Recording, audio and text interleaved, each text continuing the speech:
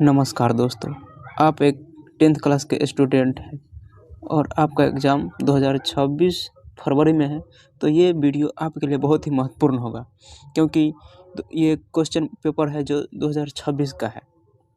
ठीक है, इस पेपर में हम आपको पूरा 1 से 100 तक के ऑब्जेक्टिव का पूरा क्वेश्चन आंसर कराएंगे, जो आपके लिए बहुत ही महत्वपूर्ण होगा। और इसमें से लगभग आपका 40 से 45 क्वेश्चन आएगा तो आएगा ही। तो बिना लेट करते हुए करते हैं वीडियो को स्टार्ट। तो आप लोग पूरा अंत तक वीडियो को ज़रूर देखिएगा। तो आते हैं डायरेक्ट क्वेश्चन पे। तो ये आपका खंड ए में रहेगा ऑब्जेक्टिव, ठीक है। तो उसी को आज सॉल्व करेंगे। देखिए दोस्तों, पहला क्वेश्चन देखिए अपना। द्वितीयक क्षेत्र की गतिविधियों में निम्नलिखित में से किसे शामिल करते हैं?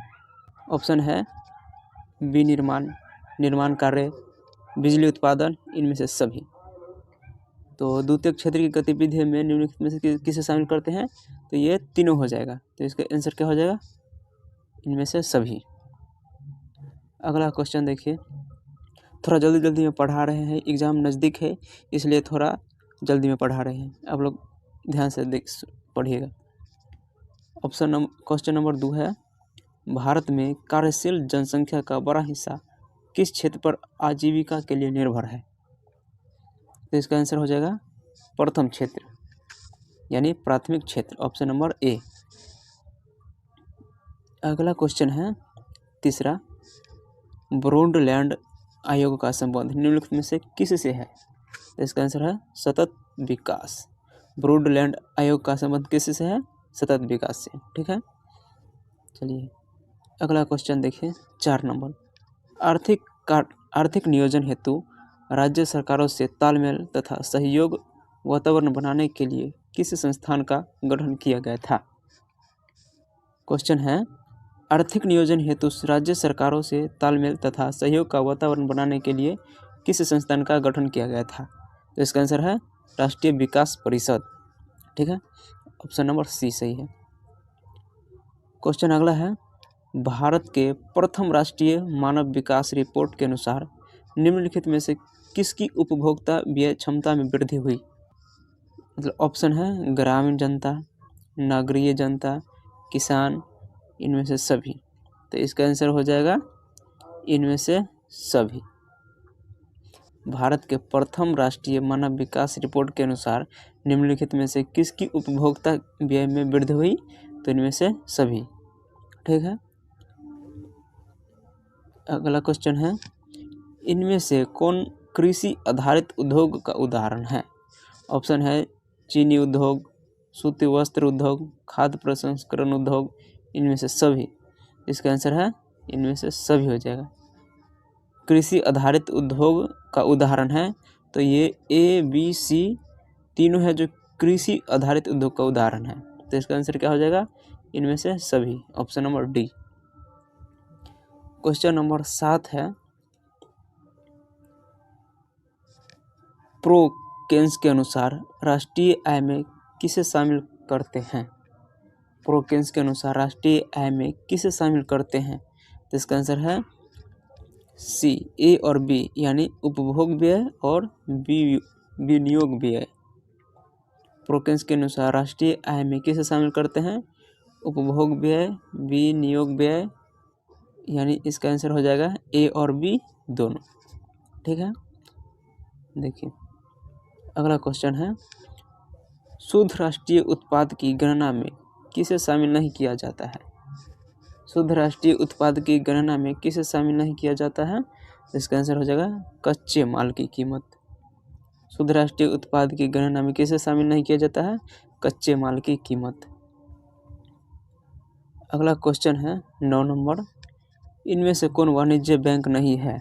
ऑप्शन है भारतीय reserve bank, state bank of India, Punjab national bank, central bank of India. तो इसका आंसर हो जाएगा भारतीय reserve bank.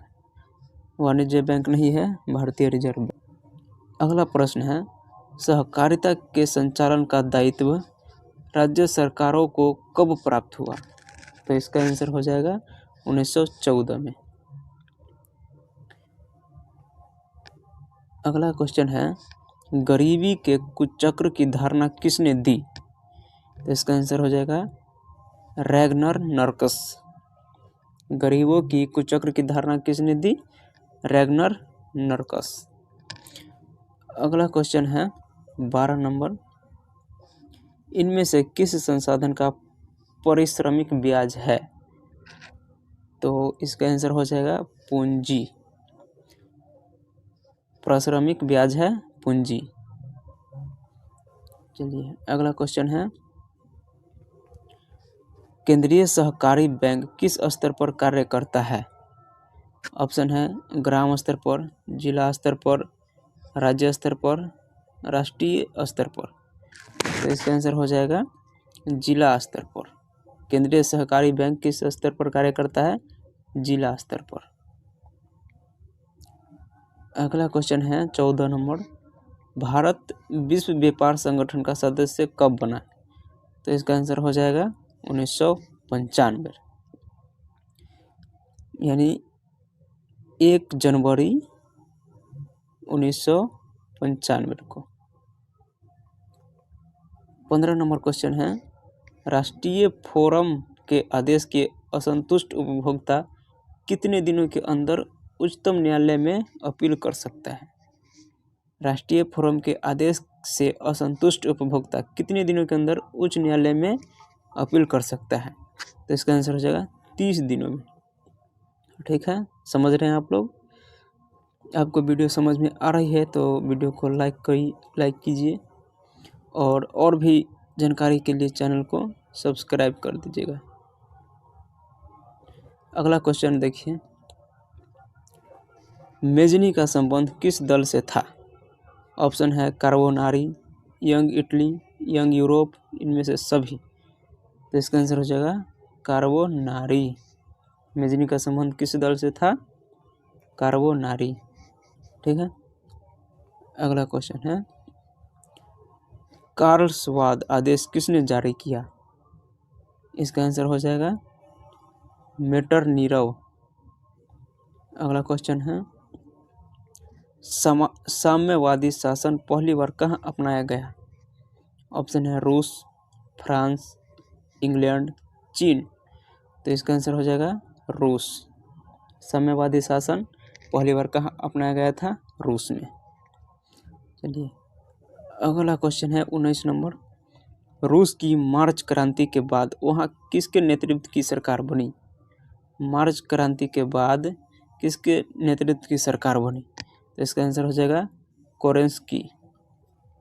Option number B. अगला क्वेश्चन है, चेका कैसा संगठन था? तो इसका आंसर है गुप्त पुलिस संगठन। अगला क्वेश्चन है, प्रथम यूटोपियन समाजवादी कौन था? तो इसका आंसर हो जाएगा रॉबर्ट ओवन। डायरेक्ट अब क्वेश्चन और आंसर बताएंगे आप लोगों को, नहीं तो ऐसे में बहुत टाइम लग जाएगा। अगला क्वेश्चन है, बाओदाई की सरकार की निम्न में किसका समर्थन प्राप्त था? तो इसका आंसर हो जाएगा फ्रांस की। बाओदाई की सरकार को निम्न में से किसका समर्थन प्राप्त था? फ्रांस की।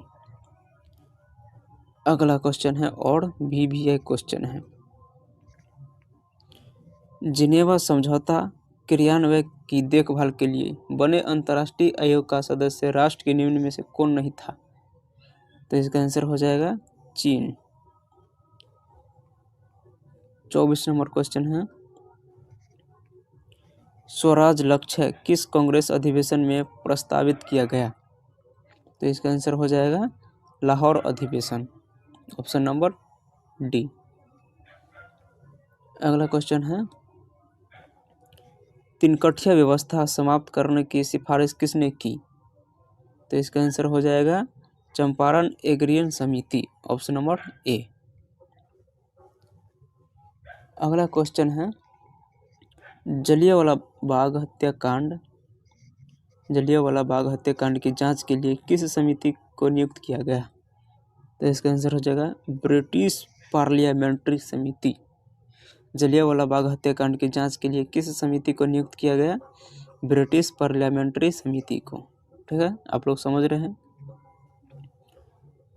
26वां क्वेश्चन है, हिंद स्वराज नामक पुस्तक के लेखक कौन है? तो इसका आंसर हो जाएगा Mahatma Gandhi. Option number C. Hind Swaraj नामक पुस्तक के लेखक कौन है? महात्मा गांधी।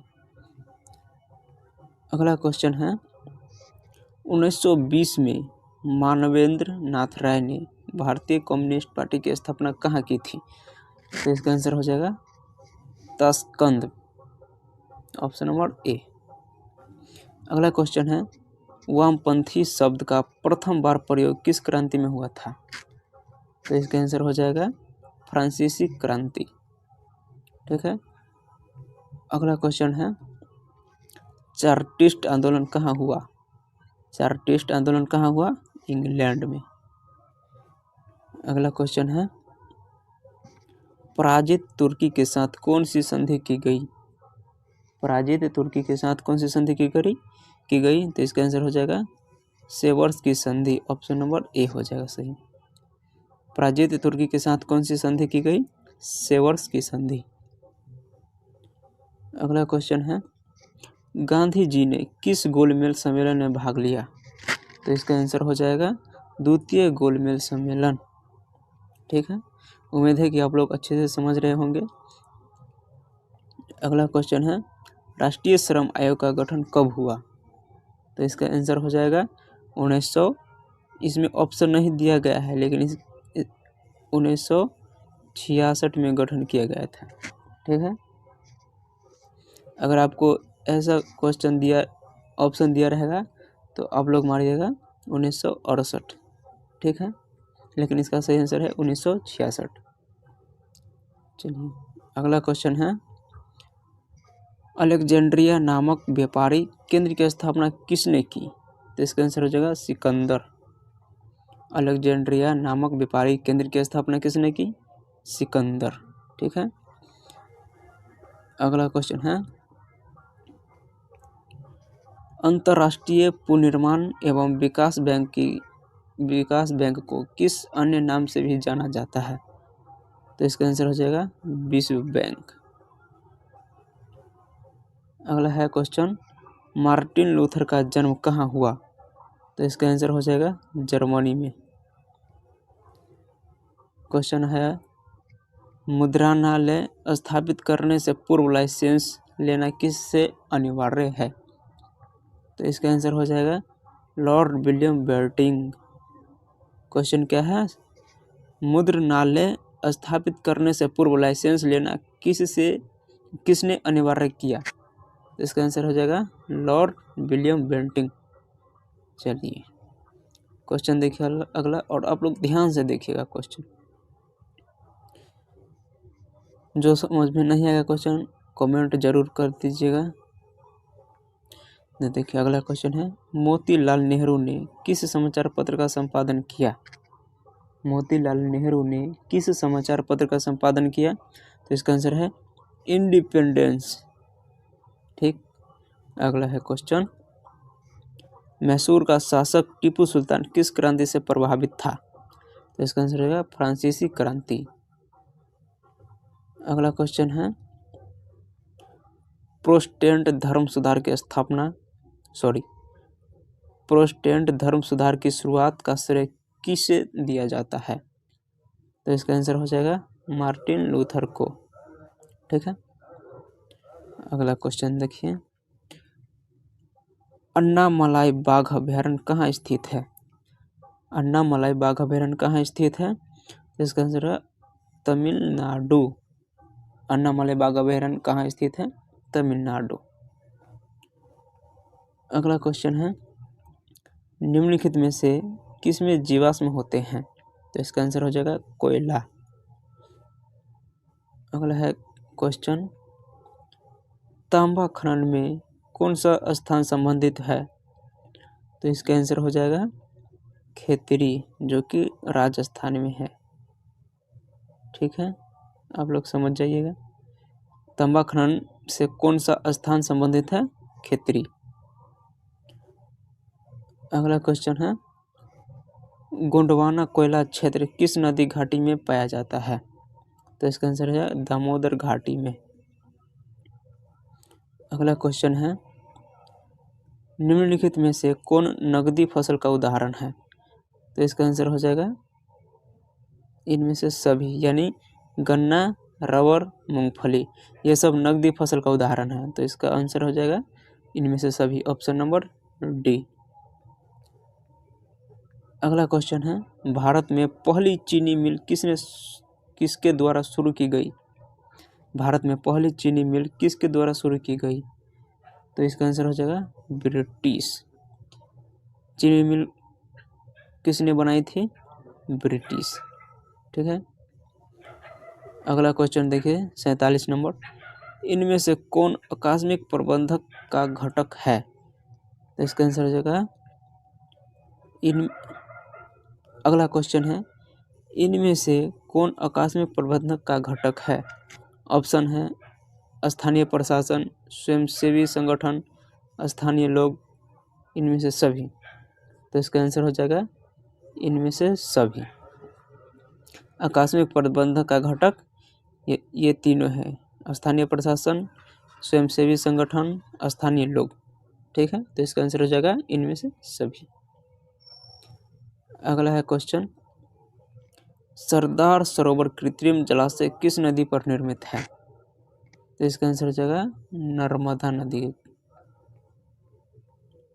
अगला क्वेश्चन है और वेरी वेरी इंपॉर्टेंट क्वेश्चन है।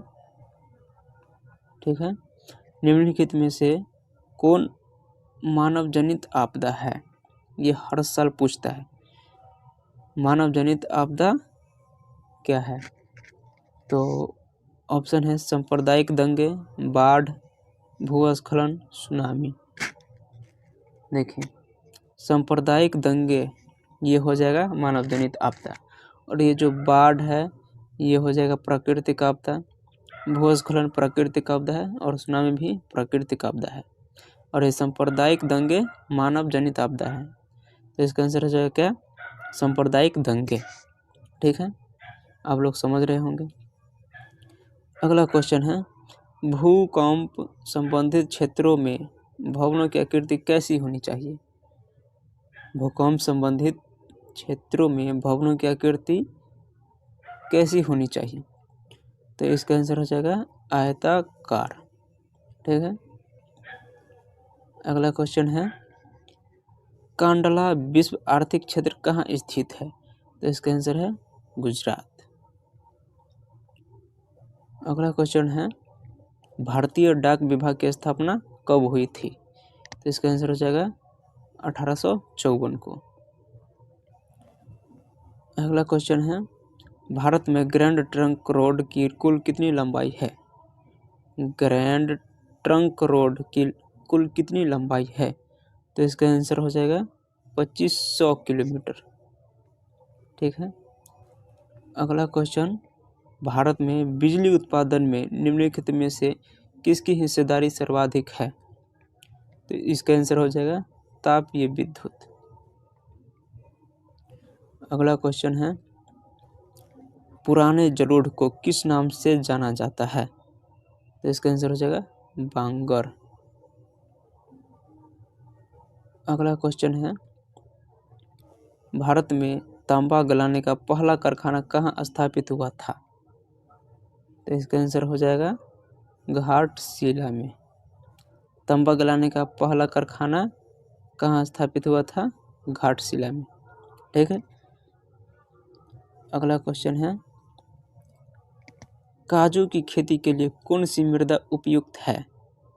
तो इसका आंसर हो जाएगा लेटेराइट मिट्टी। अगला क्वेश्चन है, प्रसिद्ध सिंदरी उर्वरक संयंत्र कहाँ स्थित है? प्रसिद्ध सिंदरी उर्वरक संयंत्र कहाँ स्थित है? तो इसका आंसर हो जाएगा झारखंड में। अगला क्वेश्चन है, भद्रावती इस्पात कारखाने में लौह अयस्क कहाँ से प्राप्त होता है? तो इसका आंसर हो जाएगा बाबा बुदन की पहाड़िया।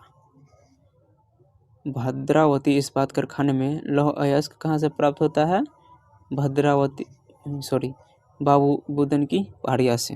ठीक है। चलिए, अगला क्वेश्चन है, इनमें से कौन भूक्षरण का कारण है? भूक्षरण का कारण है ऑप्शन है तीव्र वर्षा, वनों की कटाई, खनन गतिविधि, इनमें से सभी। तो इसका आंसर हो जाएगा इनमें से सभी। ठीक है, चलिए अगला क्वेश्चन है, मोनाजाइट किस राज्य में प्रचुरता से पाया जाता है? तो इसका आंसर हो जाएगा केरल। मोनाजाइट किस राज्य में प्रचुरता से पाया जाता है? केरल। अगला क्वेश्चन है, भारत में सर्वाधिक विस्तृत भू आकृति कौन है? तो इसका आंसर हो जाएगा पठार। यानी भारत में सबसे ज़्यादा है वो पठार है। पठार यानी पर्वत। ठीक है, अगला क्वेश्चन है, बिहार में अति जल दोहन से किस तत्व का संकेंद्रण बढ़ा है? बिहार में अति जल दोहन से किस तत्व का संकेंद्रण बढ़ा है? तो इसका आंसर हो जाएगा आर्सेनिक।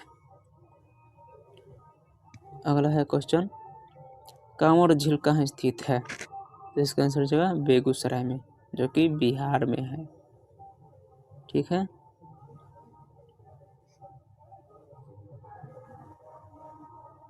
अगला क्वेश्चन है, कांवर झील कहाँ स्थित है? तो इसका आंसर हो जाएगा बेगूसराय, जो कि बिहार में है। बिहार वाले भाई लोग जानते होंगे। ठीक है, अगला क्वेश्चन है, भारत में मैंग्रोव्स मुख्यतः कहाँ पाया जाता है? तो इसके आंसर हो जाएगा अंडमान एवं निकोबार द्वीप समूह के तटीय भाग। मैंग्रोव्स मुख्यतः कहाँ पाया जाता है? अंडमान एवं निकोबार द्वीप समूह में। ठीक है, चलिए अगला क्वेश्चन देखिए, किस खनिज को उद्योगों की जननी माना जाता है? तो इसका आंसर हो जाएगा लौह अयस्क। अगला क्वेश्चन है, पूर्वोत्तर रेलवे का मुख्यालय कहाँ स्थित है? तो इसका आंसर है गोरखपुर। अगला क्वेश्चन है, बिहार के किस जिले में नहरों द्वारा सर्वाधिक सिंचाई होती है? यानी बिहार के कौन सा जिला में नहर द्वारा सबसे ज़्यादा सिंचाई होती है? तो ऑप्शन है रोहतास, सिवान, पटना, पश्चिम चंपारण। तो इसका आंसर हो जाएगा रोहतास। अगला क्वेश्चन है, पंचायत समिति का कार्यकाल क्या होता है? पंचायत समिति का कार्यकाल कितने सालों का होता है? तो इसका आंसर हो जाएगा 5 सालों का। अगला क्वेश्चन है, नगर निकायों का संबंध किस संवैधानिक संशोधन से है? तो इसका आंसर हो जाएगा 74वें संवैधानिक संशोधन से। ठीक है, याद रखिएगा आप लोग। अगला क्वेश्चन है, समवर्ती सूची पर किसे कानून बनाने का अधिकार होता है? समवर्ती सूची पर किसे कानून बनाने का अधिकार होता है? ऑप्शन है राज्य सरकार, केंद्र सरकार, ए एवं बी दोनों, स्थानीय सरकार। तो इसका आंसर हो जाएगा ए एवं बी दोनों, यानी राज्य सरकार और केंद्र सरकार दोनों। ठीक है, अगला क्वेश्चन है, ग्राम पंचायत में निम्नलिखित में से किसके लिए स्थान आरक्षित है? तो इसका आंसर हो जाएगा ऑप्शन है अनुसूचित जनजाति, पिछड़ा वर्ग, महिला, इनमें से सभी। ग्राम पंचायत में निम्नलिखित में से किसके लिए स्थान आरक्षित होता है? तो इसका आंसर हो जाएगा इनमें से सभी। ठीक है,